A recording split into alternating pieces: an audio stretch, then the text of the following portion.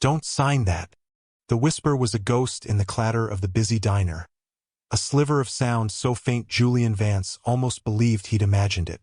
His hand, holding a pen worth more than the car he'd driven here, froze an inch above the crisp, damning signature line. Every head in the opulent boardroom of Vance Industries would have been bowed in reverent silence for this moment.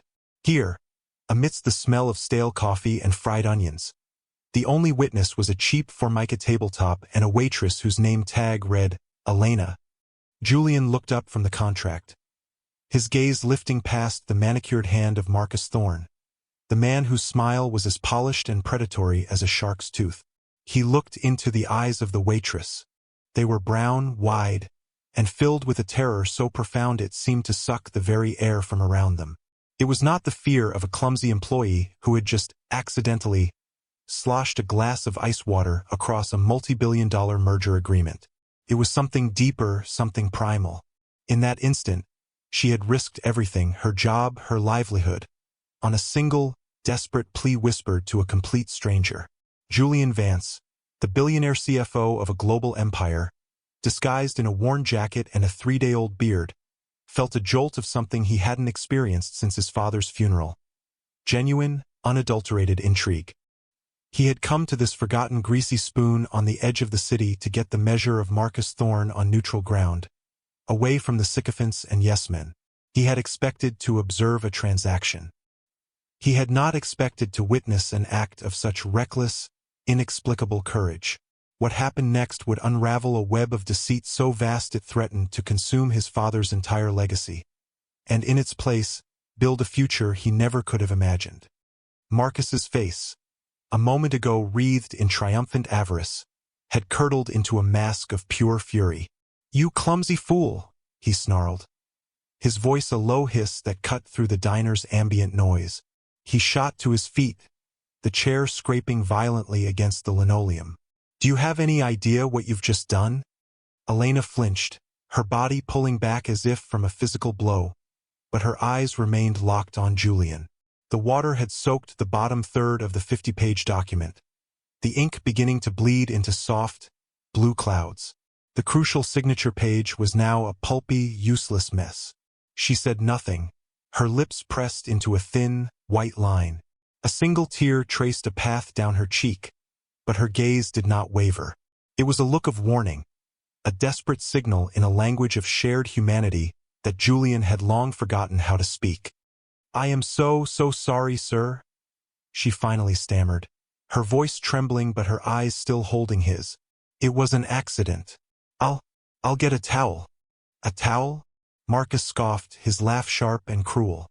"A towel isn't going to fix this. I ought to have you fired. I'll speak to your manager this instant." Julian held up a hand, a gesture of calm authority that was so innate it transcended his shabby disguise. "That won't be necessary," he said, his voice quiet but firm. Marcus's tirade stopped short, his mouth hanging slightly open.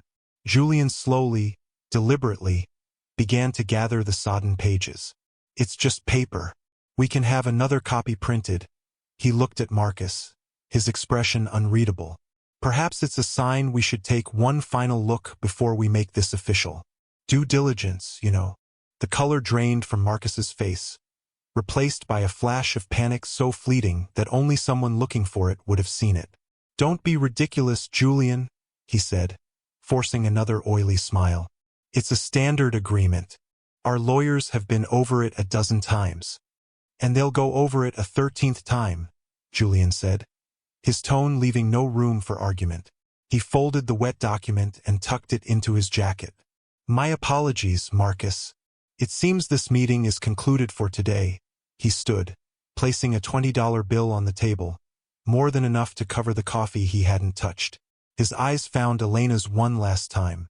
She was standing by the service station, twisting a rag in her hands, watching him with that same look of desperate intensity.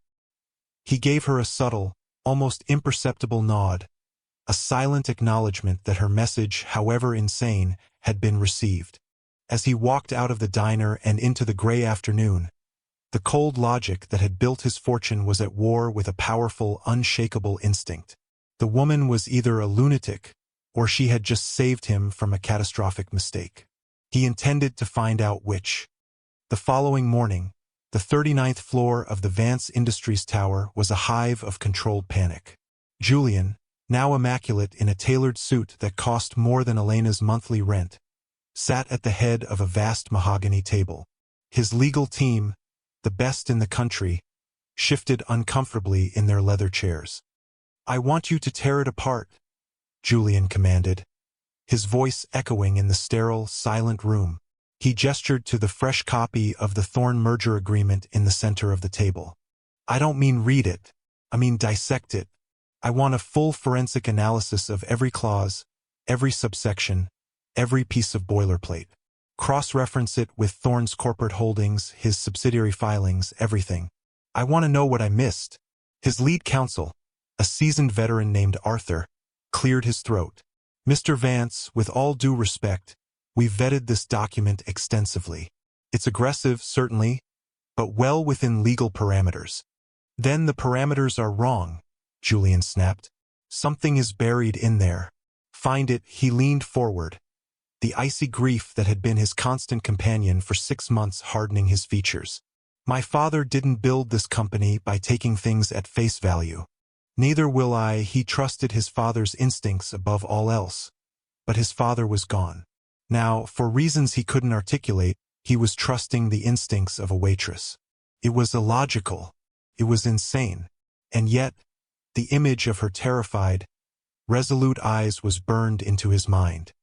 While his legal team went to war with the contract, Julian launched a second, more discreet operation.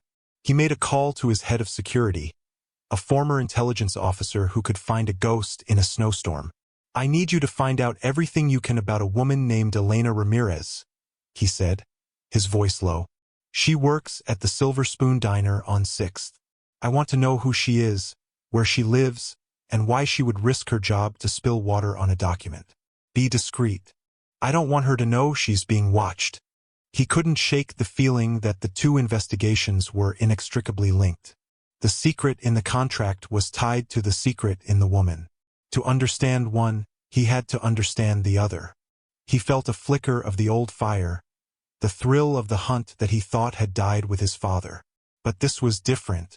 This wasn't about profit or market share. This felt personal. This felt like a test. 2 days later, Julian found himself parked across the street from the Silver Spoon Diner. He was back in his disguise. Jeans, a faded hoodie, a baseball cap pulled low. He felt a strange sense of dislocation.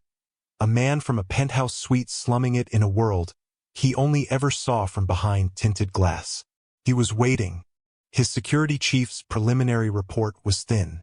Elena Ramirez, 26 years old, lived in a small apartment in a rundown neighborhood with her younger sister, Sophia, who had a rare autoimmune disease. No criminal record. No known association with Marcus Thorne or any of his competitors. On paper, she was nobody, a ghost.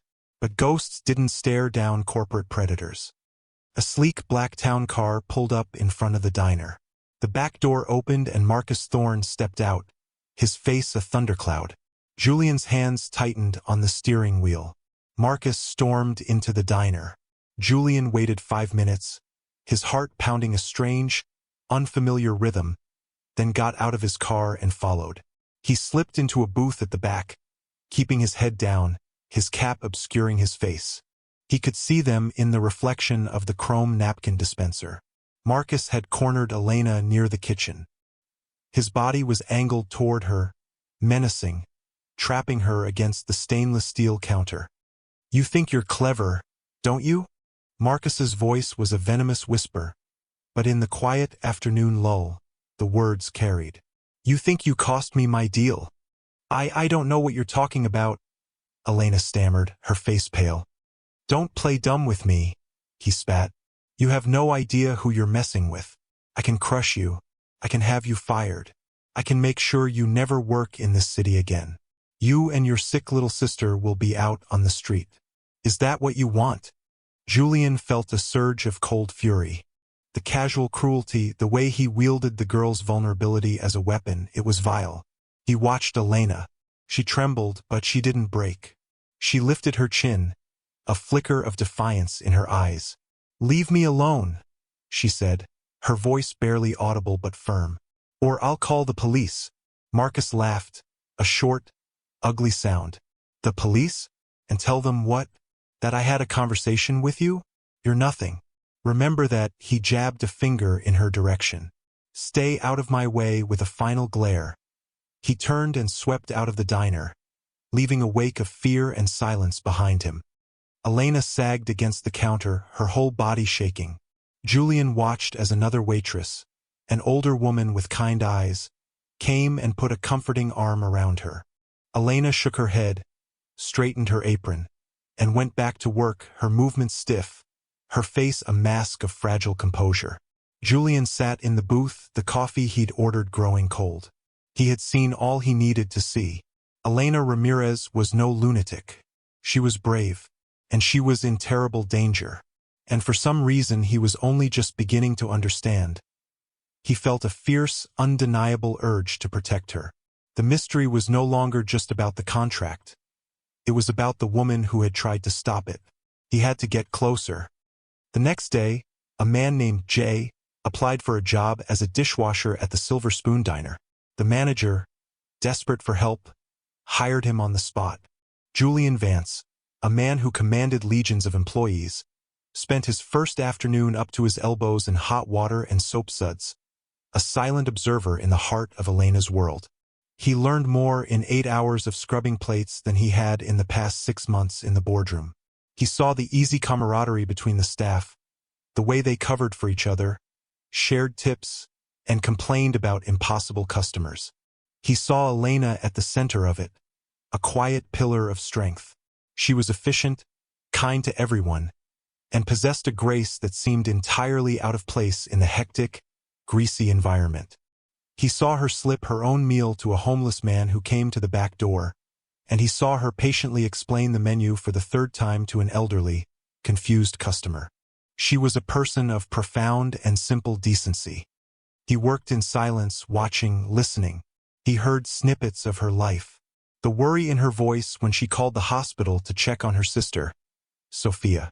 The weariness as she talked about working a double shift to afford the copay for a new medication. He saw the stark reality of a life lived on the edge, where one piece of bad luck, a spilled tray of water, a powerful enemy, could send everything tumbling into ruin. The chasm between his world and hers was not a gap. It was a universe. His problems were abstract figures on a balance sheet. Hers were a matter of survival. Late one evening, after a particularly brutal shift, he found her sitting on an overturned milk crate in the alley behind the diner, her face buried in her hands. Her shoulders shook with silent sobs. Julian, or Jay, hesitated. The old Julian would have walked away, deeming it none of his business. But the old Julian had been steadily eroding since the moment she'd whispered those 4 words. He walked over and sat on the crate next to her, leaving a respectful distance between them. "Tough night?" he asked quietly. She looked up, startled, her eyes red-rimmed and exhausted. She quickly wiped her cheeks with the back of her hand. "Sorry. You shouldn't have to see this." "It's okay," he said. "Everyone has tough nights." A dam of composure seemed to break inside her. The story came tumbling out, first in hesitant fragments, then in a torrent of pain and fear. She told him about Marcus Thorne's visits, the subtle threats, the way his associates would come in and just sit and stare at her for hours, a silent, menacing presence. Then she told him why she had done it. Years ago, a man just like Marcus, charming, slick, and utterly ruthless, had befriended her father. He had been a small business owner, a proud man who had built a successful construction company from nothing. The man had presented him with a partnership opportunity, a contract filled with promises of expansion and fortune. Her father, trusting and honest, had signed without reading the fine print. Within a year, they had lost everything. The contract had been a trap, a legal instrument of theft that stripped them of the business, their home, their savings. The stress and shame had broken her father's health. He died 2 years later. When I heard that man, Marcus, on the phone before your friend arrived, she corrected herself, still believing Julian was just a man named Jay. He was laughing. He was boasting to someone about how he was going to fleece the grieving fool Vance and pick his company apart like a vulture. It was the same language, the same arrogance, the same evil. Her voice cracked. I looked at your friend, and all I could see was my father, about to sign his life away. I couldn't just stand there. I couldn't let it happen again. Julian sat in stunned silence, the alley's grime and shadows fading away. Her story wasn't just a backstory. It was a key. A man like Marcus wouldn't invent a new scheme if the old one worked. He looked at this brave, broken woman, who had relived her family's greatest trauma to save a stranger, and felt a profound sense of shame. He had inherited an empire built on his father's genius, and he had almost handed it over to a parasite, too lost in his own grief to see the danger. Elena, who had nothing, had seen it clearly. You did a brave thing, he said, his voice thick with an emotion he couldn't name. She gave a watery, mirthless laugh. Brave or stupid? Now he's threatening my sister. For the first time, Julian shared something of himself. I lost my father 6 months ago, he said, the words feeling strange and raw in his mouth. He built a company. Everything I have is because of him. I think I've been so lost trying to be him that I forgot to be me.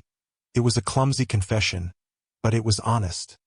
Elena looked at him, her own sorrow momentarily forgotten, and for the first time, she saw past the dishwasher's uniform. She saw a flicker of the same loss she carried in her own heart. I'm sorry, she whispered. In the quiet darkness of the alley, surrounded by dumpsters and the distant city hum, a fragile bridge of trust was built between the billionaire and the waitress. He saw her integrity. She saw his humanity. And Julian knew with absolute certainty that he wasn't just going to stop Marcus Thorne. He was going to destroy him. The next day, Julian received the report from his legal team. It was everything he had feared and worse. Arthur, his lawyer, was pale. It's diabolical, he said, sliding a highlighted summary across the table. It's a corporate raid, Julian, hidden in plain sight. He's leveraged a series of offshore shell corporations, all secretly owned by him, to embed toxic debt clauses throughout the agreement. 6 months after the merger, these clauses trigger a cascade of defaults. It would bankrupt Vance Industries. According to the liquidation terms he wrote in, his holding company would then have the right to acquire all our primary assets, patents, properties, technology, for pennies on the dollar. Julian stared at the report, his blood running cold. Elena's instinct had been terrifyingly accurate. This wasn't just a bad deal. It was a meticulously planned execution. Marcus wasn't a businessman. He was a corporate assassin. He had been preying on Julian's grief, counting on him to be too distracted to see the knife hidden in the handshake. He almost did it, Julian murmured, a sense of awe mixing with his rage. He almost stole my father's entire life's work, and Elena, a waitress with nothing but a painful memory and a core of steel, had been the only one to stand in his way. The debt he owed her was immeasurable. Now he had to make a choice. The safe path was clear. Terminate the deal, fire Marcus from the joint ventures they already shared, and use his army of lawyers to bury him in litigation for years. It would be quiet, efficient, and clean. It was the way the old Julian would have handled it. It was the way his advisors were urging him to handle it. But something had fundamentally shifted inside him. A quiet victory was not enough. Justice needed to be seen. The world needed to know what kind of man Marcus Thorne truly was. Elena deserved more than just to have the threat removed. She deserved vindication. He looked at his team. We're not terminating the deal, he announced. The room fell silent. Arthur looked at him as if he'd lost his mind. We are going to proceed with the signing ceremony. Julian, have you gone mad? Arthur protested. That's corporate suicide. It's a trap, Julian replied, a predatory gleam in his own eyes now. We are going to host the biggest signing ceremony this company has ever seen. We will invite the entire financial press. We will let Marcus walk onto that stage, believing he has won. And then, in front of the entire world, we are going to show them exactly what he tried to do. He felt a ruthless certainty settle over him. This was not just business anymore. This was for his father. This was for Elena's father. And most of all, this was for her. He would use the very stage Marcus had built for his triumph to orchestrate his ruin. It was a monumental risk. If he miscalculated, he could lose everything. But looking at the fraudulent contract, all he could see was Elena's brave, terrified face. He would not fail her. Marcus, however, was not a man who left things to chance. Sensing the deal was on shaky ground after the delay, he grew paranoid. The waitress was the source of the problem, the unpredictable variable. He had to neutralize her. He dispatched a private investigator, a man with fewer scruples than his own, to dig into Elena's life. What he found was gold. Sofia Ramirez's experimental treatment program at the city hospital. A program whose funding was discretionary, overseen by a board of directors on which Marcus Thorne, through one of his many philanthropic disguises, held significant influence. He had his leverage. He cornered Elena again, not in the diner, but as she left the hospital after visiting her sister. His demeanor was different this time. No loud threats, just the cold, quiet precision of a predator closing a trap. "We need to talk about your sister," he began, his voice smooth as silk. He explained, in painstaking detail, his position on the hospital's board. He talked about budgets, about difficult decisions, about how programs for rare diseases were often the first to be cut.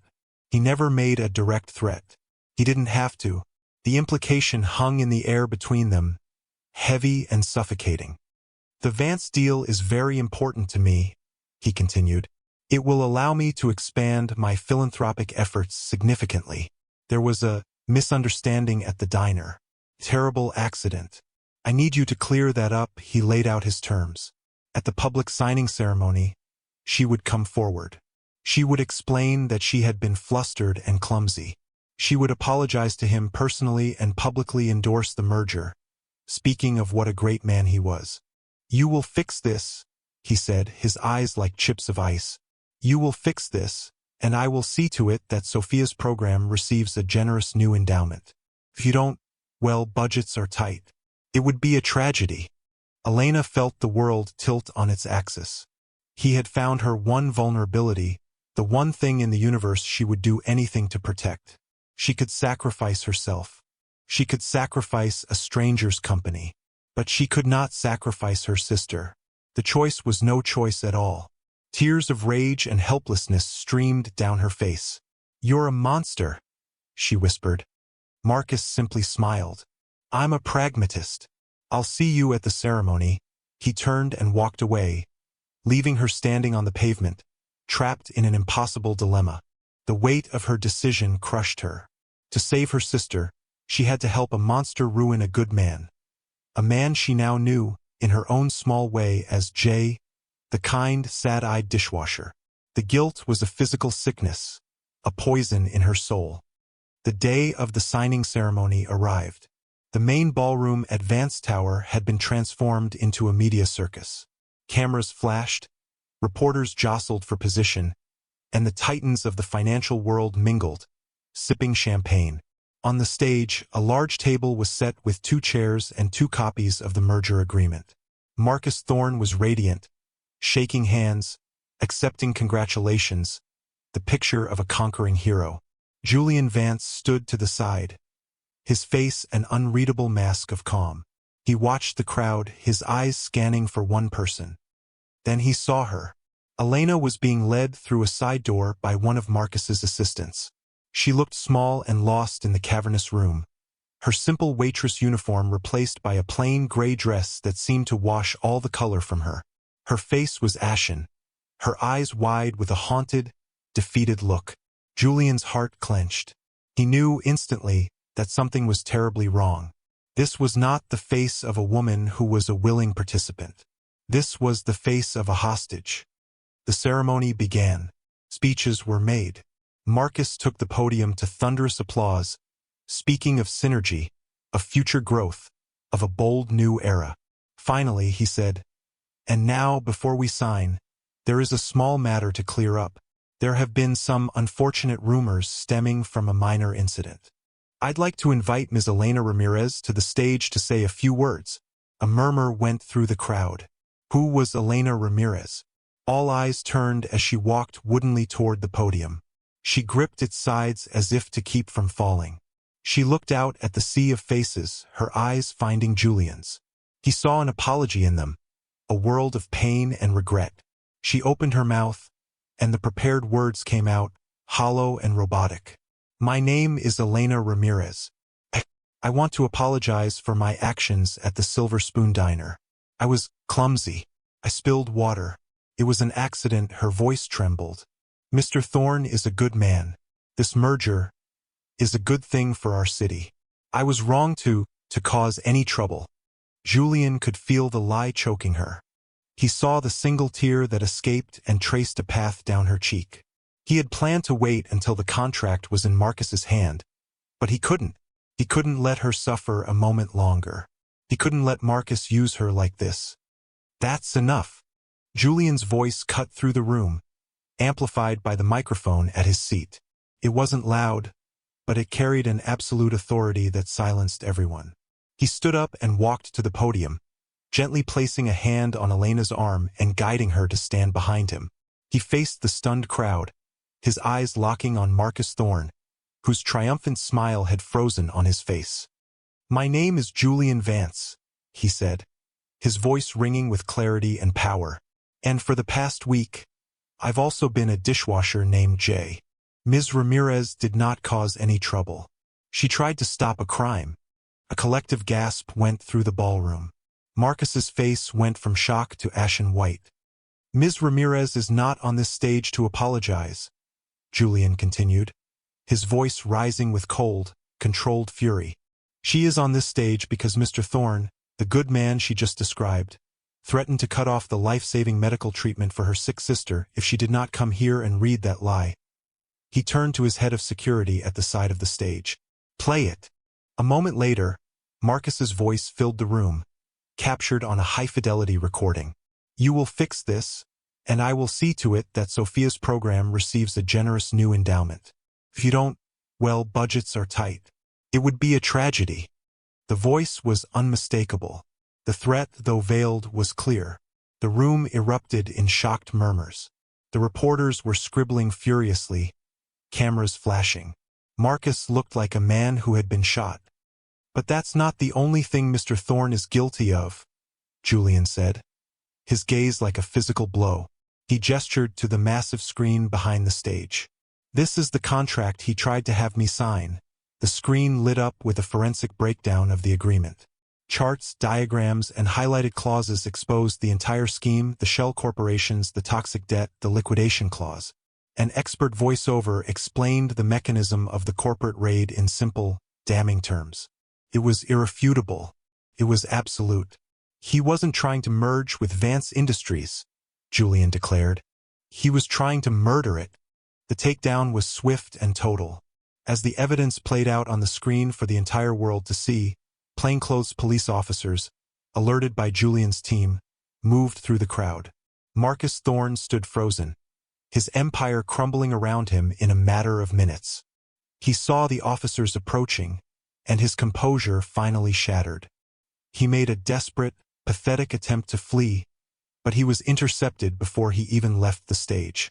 As they led him away in handcuffs, a ruined man, his last sight was of Julian Vance standing beside Elena Ramirez, a bulwark of protection. The press swarmed, a chaotic frenzy of shouted questions. Julian ignored them. He turned to Elena, who was staring at him, her mind reeling from the revelation of his true identity, her eyes filled with tears of overwhelming relief. He gently took her hand. It was trembling. He led her back to the podium and addressed the room one final time. The Thorne merger is, of course, cancelled, he announced, and Vance Industries will be making some changes. Effective today, we are establishing a new philanthropic arm, the Vance Foundation for Corporate Ethics.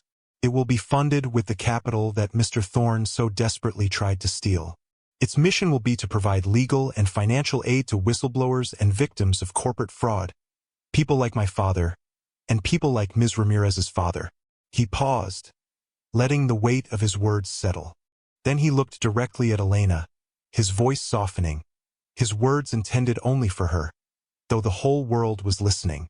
Integrity, courage, and compassion are the most valuable assets any person or company can have. This foundation needs a director who embodies those principles. And I can think of no one better qualified. He squeezed her hand. The position of executive director is yours, Ms. Elena Ramirez, if you will accept it. Elena stared at him, speechless. From waitress to executive director, from victim to victor. It was impossible. It was a dream. But looking into Julian's eyes, she saw it was real. She saw respect. She saw gratitude. And she saw the promise of a future she had never dared to imagine. Through her tears, she managed a single powerful word. Yes. 1 year later, the city skyline looked different to Julian. He no longer saw it from the cold, isolated perch of his penthouse office, a kingdom of glass and steel. He saw it from a bench in a public park, sitting beside Elena. The Vance Foundation was a roaring success, a beacon of hope for hundreds of people who had been chewed up and spit out by the ruthless machinations of corporate greed. Elena had proven to be a natural leader, fierce, empathetic, and tireless in her advocacy. She had transformed from a woman burdened by fear into a woman empowered by purpose. Julian, too, was transformed. He had integrated his father's sharp business mind with Elena's profound moral clarity. He ran Vance Industries with a newfound sense of responsibility, not just to his shareholders, but to his employees and his community. The grief for his father had not vanished, but it was no longer a suffocating shroud. It was a memory that fueled his desire to build a legacy worthy of the man's name. Their partnership, forged in the heat of crisis, had blossomed into a deep and abiding love. It was a love built not on glamour or wealth, but on shared values and mutual respect. He reached over and took her hand, his touch gentle. "What are you thinking about?" she asked, her smile as warm as the afternoon sun. "About a glass of water," he said, a faint smile playing on his own lips. "And how it changed everything." She laughed, a sound that was pure joy. They sat in comfortable silence, watching the city live and breathe below them. They were from two different worlds, a billionaire and a waitress, but they had found common ground in the simple, unshakable truth that decency is the only currency that truly matters. True wealth isn't found in a contract or a bank account, but in the courage to do what is right, no matter the cost. What do you think is the true measure of a person's worth?